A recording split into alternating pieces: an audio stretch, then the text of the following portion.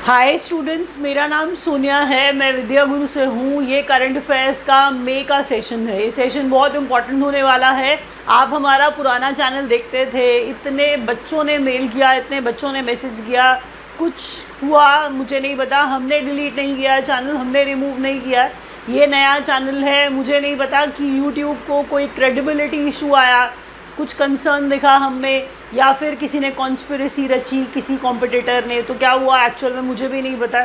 अगर आप थोड़ा सा सपोर्ट कर पाएँ, वीडियो देखिए, सब्सक्राइब ज़रूर करिएगा, क्योंकि सब्सक्रिप्शन बढ़ेगा। और अगर आप थोड़े लंबे समय के लिए देखेंगे तो चैनल की क्रेडिबिलिटी बनती है। और आपको पता है हम कुछ गलत नहीं करते हैं, आपको पढ़ाने के अलावा कुछ और करते नहीं हैं हम लोग। तो आपको ये बता दूं, हर बार की तरह इंपॉर्टेंट क्वेश्चन मैं आपके पास लेके फिर से आ गई हूँ, ढेर सारे इंपॉर्टेंट क्वेश्चंस। तो ये नया चैनल है विद्या गुरु का, आप सब्सक्राइब कर सकते हैं। हज़ारों बच्चे लिखते थे, इतने कराए हुए क्वेश्चंस आए। तो अगर आप नए हैं चैनल के ऊपर तो आपको ये पता होना चाहिए, हम कुछ भी अनइम्पॉर्टेंट कवर नहीं करेंगे।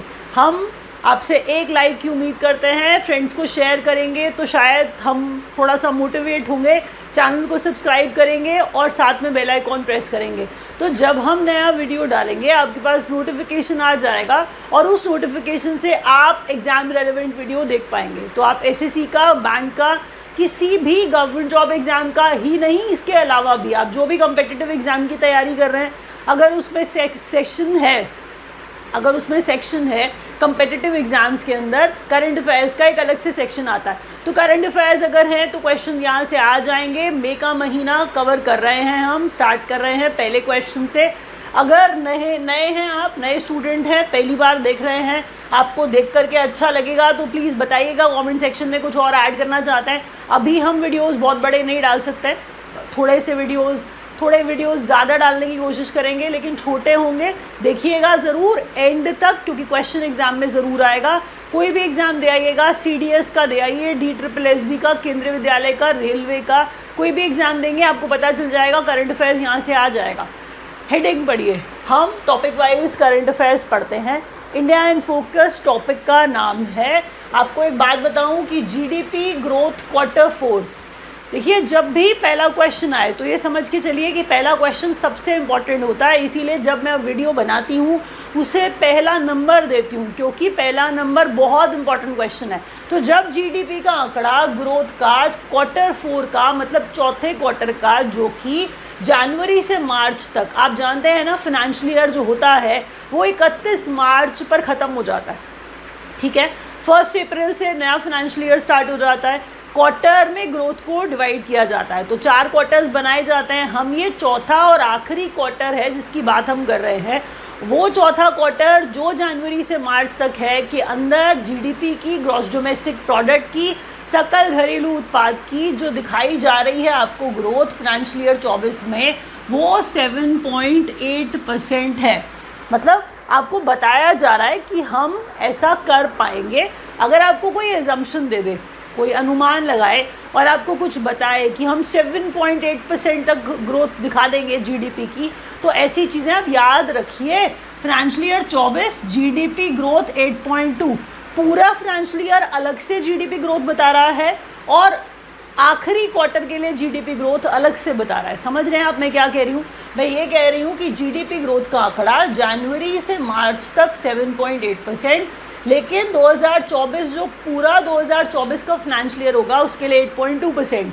ये वीडियो हिंदी मीडियम में है। अगर आप कहीं इंग्लिश मीडियम का वीडियो देखने आए थे तो that English medium session is also there in the playlist, आप जा कर के उसे भी देख सकते हैं। Complete English medium session is also there. देखिए सेकेंड क्वेश्चन में, India and Nigeria will cooperate on local currency settlement, energy and UPI। देखिए जब हम किसी देश के साथ किसी तरह का टाइप करते हैं, ठीक है, किसी देश के साथ किसी तरह का टाइप करते हैं, तो हम जब कोई अग्रीमेंट साइन करते हैं तो हम किसी टॉपिक को दिमाग में रख के, किसी सब्जेक्ट को दिमाग में रख के कि हम इस मुद्दे पर आपसे बना के रखेंगे। तो सीधी बात, यहाँ पर इंडिया नाइजीरिया के साथ जो कोऑपरेट कर रहा है वो कोऑपरेट लोकल करेंसी सेटलमेंट। देखिए हर बार आप डॉलर में ट्रेड करिए, आप डॉलर में ट्रेड करते रहिए, तो आप क्या कर रहे हैं, आप डॉलर को और मजबूत बनाते जा रहे हैं। लेकिन आप लोकल करेंसी में ट्रेड कर पाएंगे तो ये आपके लिए अच्छा है, आपकी करेंसी थोड़ी सी अपलिफ्ट हो जाएगी, अच्छा परफॉर्म कर पाएगी ग्लोबल मार्केट के अंदर। तो लोकल करेंसी सेटलमेंट कुछ वैसा एनर्जी के ऊपर, और यूपीआई आप जानते हैं वो यूनिफाइड पेमेंट इंटरफेस वाला, जिसके लिए हम बहुत सारे देशों के साथ टाई अप करना चाह रहे हैं। इन सभी मुद्दों पर कोऑपरेट करेगा इंडिया नाइजीरिया के साथ। नेक्स्ट है, इंडिया ने ऑफर किया केन्या को। देखिए, केन्या बाढ़ ग्रसित अफ्रीकी देश, समझ रहे हैं, केन्या वो देश जिसमें बाढ़ की वजह से बहुत ज़्यादा नुकसान हुआ। तो इंडिया ने क्या किया, इंडिया ने ऑफर किया $1 मिलियन का फ्लड रिलीफ टू केन्या। याद रखिएगा, मैंने कहा आपको पूर्वी अफ्रीकी आपको बहुत तरह से लिखा मिल जाएगा, बस केन्या एक देश है, अफ्रीकी देश है। आपको ये याद रखना है कि इंडिया ने $1 मिलियन का फ्लड रिलीफ, फूड रिलीफ नहीं लिखा है मैंने, वो फ्लड रिलीफ लिखा है, sorry to speak like that, flood relief लिखा है, प्लीज़ ध्यान रखिएगा। देखिए, बहुत सारी चीज़ें दी जाती हैं, कभी भी किसी भी देश के अंदर किसी तरह की प्रॉब्लम आ जाए तो ह्यूमैनिटेरियन ग्राउंड्स के ऊपर बहुत सारे देश बहुत सारा कुछ देते हैं। तो वही किया है इंडिया ने, $1 मिलियन का हेल्प किया है। नेक्स्ट देखिए, इंडिया और Europe free trade association sign TEPA. अब टेपा क्या है, trade and eco partnership agreement. दोबारा सुनिए, trade eco partnership agreement, trade eco partnership agreement. Don't read it like TEPA, nobody reads it like that, वो मैंने ऐसे पढ़ दिया है, वो अजीब लग रहा है पढ़ने में। Trade and economic partnership agreement TEPA जो है वो साइन किया गया इंडिया और यूरोपियन फ्री ट्रेड एसोसिएशन के बीच में। चलिए, इस पेज का लास्ट क्वेश्चन देखते हैं। लास्ट क्वेश्चन है EFTA कंट्रीज। अब इस EFTA का जो फुल फॉर्म है वो ऊपर लिखा है आपके लिए, European free trade association, European free trade association. अब इसका मतलब ये पढ़िए कि इनके अंदर जो मैं कंट्रीज़ का नाम नीचे गिनवा रही हूँ, जिसमें आपको लिechtenstein कंट्री भी दिख रही है, वो भी यूरोपियन कंट्री है, बहुत छोटी सी है, कहा जाता है लगभग 25 किलोमीटर के आसपास, लेकिन अब क्या करें, कंट्री है। तो सुनिए, यहाँ पर ये पार्ट है EFTA का, यूरोपियन फ्री ट्रेड एसोसिएशन का। फ्री ट्रेड, यूरोपियन कंट्रीज़ के बीच में फ्री ट्रेड। ध्यान से वर्ड्स के ऊपर कान लगा के सुनिए। स्विट्ज़रलैंड है, आइसलैंड है, नॉर्वे है, लिechtenstein है। मुझे आप लोगों के साथ दोबारा आकर के बहुत अच्छा लग रहा है बच्चों, तो आप लोग प्लीज़ सब्सक्राइब चैनल को ज़रूर करना, लाइक का बटन दबाना, ताकि मैं वापस दोबारा से मतलब आपके पास आऊँ चैनल के ऊपर और वीडियोस डालती रहूँ। इसके लिए आप मोटिवेट कर सकते हैं अगर आप वीडियो देखते हैं और अपने फ्रेंड्स तक पहुँचाते हैं। तो आई विल बी हैप्पी अगर आप ऐसा कर पाएँ। एक बार रिवाइज़ करते हैं, क्योंकि हम रिवीजन करते हैं, मुझे लगता है आपको याद हो जाता है। करंट अफेयर्स किसी के लिए भी इंटरेस्टिंग नहीं होता है, सुन लो मेरी बात ध्यान से, लेकिन अगर एग्जाम में कराए हुए क्वेश्चन आ जाएं तो मन मार के बोर होके पढ़ लो। इंडिया इन फोकस हमारा टॉपिक था, जिसके अंदर हमने GDP से स्टार्ट किया था। 2024 फाइनेंशियल ईयर के अंदर Q4 में हम 7.8% का आंकड़ा अनुमान दे रहे थे, लेकिन हम पूरे फाइनेंशियल ईयर के अंदर, चौथे क्वार्टर में नहीं, पूरे के पूरे फाइनेंशियल ईयर 24 के अंदर 8.2% का आंकड़ा दे रहे हैं GDP का, सकल घरेलू उत्पाद का, ग्रॉस डोमेस्टिक प्रोडक्ट का। जब नेक्स्ट क्वेश्चन पे पहुँचे, आपसे पूछा जाएगा कि इंडिया और नाइजीरिया में किन चीज़ों पर अग्रीमेंट साइन किया गया, तो आप एनर्जी और UPI तो याद कर लोगे। आपको ये भी याद रखना है कि लोकल करेंसी सेटलमेंट भी इंपॉर्टेंट पॉइंट है। नेक्स्ट क्वेश्चन में, इंडिया ने केन्या को $1 मिलियन की मदद दी है। केन्या एक अफ्रीकी देश है जहाँ बाढ़ आई, हालत बहुत ख़राब थी, मानिए। ये हेल्प ह्यूमैनिटेरियन ग्राउंड्स पे हर देश करता है। इंडिया और यूरोपियन फ्री ट्रेड एसोसिएशन ने साइन किया है अग्रीमेंट, और ये जो यूरोपियन फ्री ट्रेड एग्रीमेंट के जो देश हैं वो मैंने नीचे लिखे हैं। स्विट्ज़रलैंड है, आइसलैंड है, नॉर्वे है और लिechtenstein है, ये याद रखिएगा। और मैं ये कह रही थी कि जो अग्रीमेंट है वो agreement trade and eco partnership agreement है, which is TEPA। Next page पे चलते हैं। Sports update. अब किसने किसके साथ खेल के क्या जीता है वही पढ़ने वाले हैं। टॉपिक वाइज करंट अफेयर्स है, कवर सब करने की कोशिश करूंगी। सुनिए, कह रहा है जापान ने उज्बेकिस्तान को हरा दिया। जीता क्या? Men's Asian Football Confederation, AFC। एफएस फुटबॉल इसीलिए बताया, नहीं तो AFC ही बोला जाता है इसे ज़्यादातर। जैसे अगर आप कोई भी ऐसा देखते हैं एब्रीविएटेड फॉर्म जिसके अंदर बहुत ज़्यादा स्कोप नहीं है, फुल फॉर्म बहुत ज़्यादा लोग बोलते ही नहीं हैं, तो ये आपको याद रखना पड़ेगा। जैसे सैफ बोलता हुआ आपको कोई नज़र आएगा नहीं। बिम्स्टेक तो बिम्स्टेक के नाम से ही फेमस हो गया। AFC भी वैसा ही है। तो AFC एशियन फुटबॉल कन्फेडरेशन, ये सिर्फ ऐसे ही बोल दिया क्योंकि आपको ये बताना था कि हम फुटबॉल की बात कर रहे हैं कि जापान फुटबॉल में जीत के उज्बेकिस्तान को हरा करके AFC अंडर 23 जीत गया। और ये दोहा कतर में हो रहा था। ठीक है, नेक्स्ट क्वेश्चन। और ये मेंस है, इंपॉर्टेंट है क्योंकि ये मेंस है।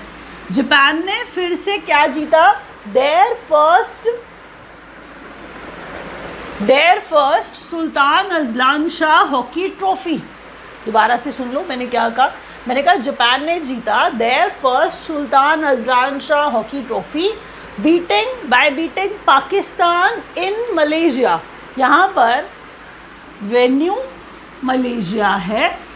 कभी भी कहानी मत लिखिए। जब आप नोट्स बनाते हैं कहानी मत लिखिए, प्लीज़ मत लिखिए। नोट्स को जब रिवाइज करने का टाइम आएगा एग्ज़ाम के पास आपको पक्का मदद होगी, आप देख लेना।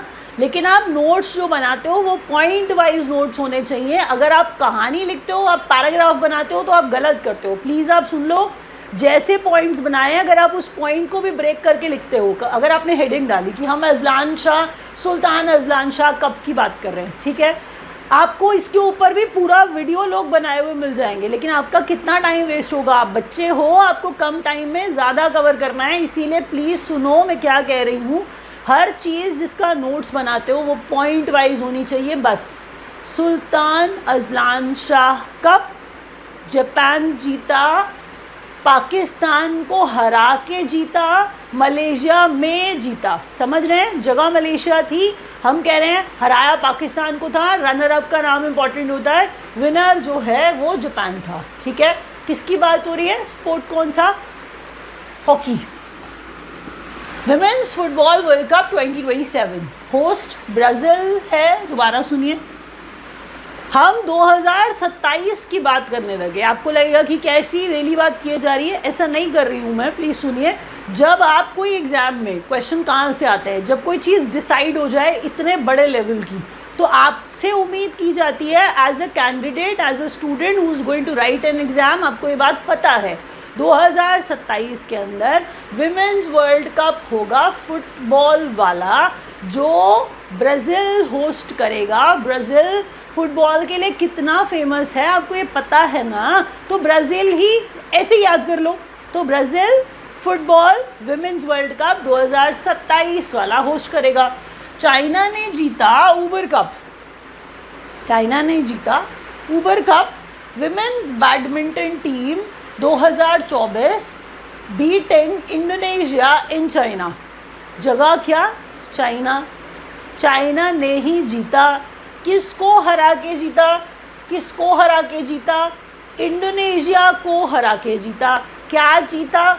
ऊबर कप जीता। देखिए स्पॉन्सर का नाम आ जाता है, ऊबर कप जीता। सुन लीजिए, चाइना ने चाइना में इंडोनेशिया को हरा करके बैडमिंटन वाला ऊबर कप जीत लिया। और ये विमेंस टीम की बात हो रही है, विमेंस बैडमिंटन टीम की बात हो रही है सन 2024, क्योंकि हम करंट अफेयर्स ही हाल फिलहाल वाले पढ़ रहे हैं। चाइना ने जीता Thomas cup. Men's badminton team है यहाँ पर, चाइना ने जीता थॉमस कप। तो ऊबर कप महिलाओं वाला, थॉमस कप पुरुषों वाला। चाइना ने फिर से जीता, चाइना में जीता और फिर से इंडोनेशिया को हरा के जीता। तो इंडोनेशिया कितना दुखी होगा कि महिला टीम भी हार गई और पुरुष टीम भी हार गई। तो आपके लिए लेकिन आसान हो गया, क्योंकि आपको रनर अप का नाम और विनर का नाम और वेन्यू का नाम एक ही बार याद करना पड़ेगा, चाहे वो थॉमस कप हो चाहे वो ऊबर कप हो। रिवीजन, स्पोर्ट्स अपडेट, जापान ने उज्बेकिस्तान को हराया AFC अंडर 23 एशिया कप के अंदर। दोहा कतर में जापान ने ही सुल्तान अजलान शाह कप जीत लिया, हॉकी वाला पहला और पाकिस्तान को हरा के मलेशिया में women's football world cup host Brazil 2027 के लिए। चाइना ने विमेंस बैडमिंटन टीम 2024 इंडोनेशिया को हरा करके चाइना में ही जीत ली। चाइना ने चाइना में ही इंडोनेशिया को हरा करके थॉमस कप भी जीत लिया। नेक्स्ट पेज देखिए। अब जो स्टूडेंट सिर्फ बैंक एग्जाम की तैयारी कर रहे हैं, देखिए अगर आप SSC के साथ बैंक दे रहे हैं, आप DSSB केंद्रीय विद्यालय की तैयारी करते करते साथ में बैंक दे रहे हैं, तो जो भी आप बैंक का एग्जाम दे रहे हैं ये क्वेश्चन सिर्फ उनके लिए है। ध्यान से सुनिएगा, बैंक एग्जाम के अंदर जो बैंकिंग अवेयरनेस है वो NPCI national payments corporation of India से हम स्टार्ट कर रहे हैं। तो हम कह रहे हैं जो NPCI है to develop UPI like system for bank of Namibia. देखिए UPI को हम बड़ा अच्छा समझते हैं, हम UPI को बहुत सारे देशों में प्रमोट करते हैं। हम चाहते हैं कि UPI लोग करें ताकि सीधा सीधा पैसा अकाउंट में चला जाए और बहुत आसानी के साथ, जहाँ पर अकाउंट नंबर डालने का झंझट नहीं, IFSC कोड डालने का झंझट नहीं। तो यूनिफाइड पेमेंट इंटरफेस है हमारे लिए, ये हमारी चीज़ बड़ी एडवांस्ड है। तो हमें बैंक ऑफ नामीबिया देश है, तो नामीबिया के लिए भी, बैंक ऑफ नामीबिया के लिए भी UPI जैसा सिस्टम डेवलप करने को मिला NPCI को। तो NPCI ये चीज़ें देखता है, तो national payments corporation of India को ये काम मिला है, ये करेगा। इंडिया और घाना जो है वो UPI और GIPS को, अब GIPS क्या है, घाना, अब आगे गए घाना में H क्या है, GH घाना है, GH घाना है, और I इंटरबैंक है, इंटरबैंक पेमेंट सेटलमेंट सिस्टम। घाना इंटरबैंक पेमेंट सेटलमेंट सिस्टम, तो ये क्या है, GIPS है। तो UPI और GIPS इंडिया और घाना चाह रहे कि इन्हें लिंक कर दिया जाए। नेक्स्ट में RBI retail direct mobile app and fintech repository प्रवाह, नाम बड़ा अच्छा रखा है। तो वो जो प्रवाह है उसकी फुल फॉर्म है, जो आपके लिए मुश्किल है, लेकिन याद एग्जाम के पॉइंट ऑफ व्यू से आपको करना पड़ेगा, मजबूरी है। RBI का retail direct mobile app, RBI का कोई रिटेल मोबाइल ऐप आपने सुना है कभी? कोई रिटेलर के साथ डायरेक्ट कनेक्ट कर जाएगा RBI? तो रिटेल मोबाइल ऐप RBI का खुद का कह रहा है। एंड फिनटेक रेपोजिटरी प्रवाह इसका नाम है, platform for regulatory application validation and authorisation. ये मोटिव है प्रवाह का कि रेगुलराइज करें, ऑथराइज करें, platform for regulatory application validation and authorisation. Next में देखिए RBI ने लॉन्च किया हार्बिंजर ऑफ ग्रोथ जैसा हार्बिंजर नाम रखा है। तो हार्बिंजर कैसे लिखा है और आप उसके अंदर छुपा हुआ RBI देख के खुश हो जाइए कि RBI ने कितना दिमाग लगा लिया। हमारा सेंट्रल बैंक हार्बिंजर नाम रख के बैठा है। RBI launches harbinger 2024 third global hackathon under theme zero financial frauds being दिव्यांग फ्रेंडली।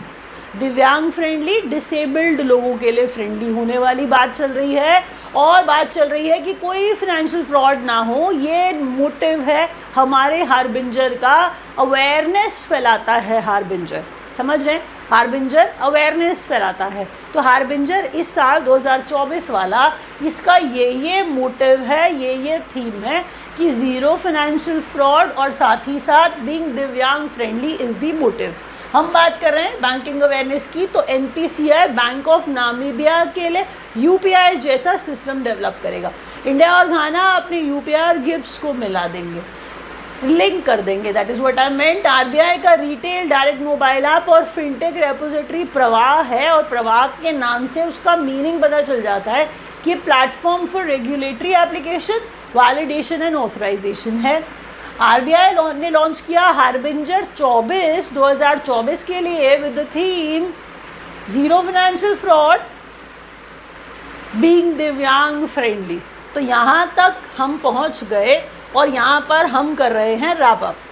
तो ये वीडियो छोटा है, आपका सपोर्ट मिलेगा तो और वीडियोस डलते रहेंगे। अगर आपको ये क्वेश्चन चाहिए हो तो आप मुझे इंस्टाग्राम पे फॉलो कर सकते हैं, क्योंकि मैं बहुत ज़्यादा इंस्टाग्राम इस्तेमाल नहीं करती हूँ, लेकिन आप लोगों के लिए मैं इंस्टाग्राम पे जैसे ही फॉलोअर्स आने शुरू हो जाएंगे मैं थोड़ा थोड़ा से क्वेश्चन उनके ऊपर आपको देती जाऊँगी, इम्पॉर्टेंट वाले करंट अफेयर्स के, कि आपको कहीं और जा कर के करंट अफेयर्स ढूंढना नहीं पड़ेगा। Thank you so much for watching. Thank you so much.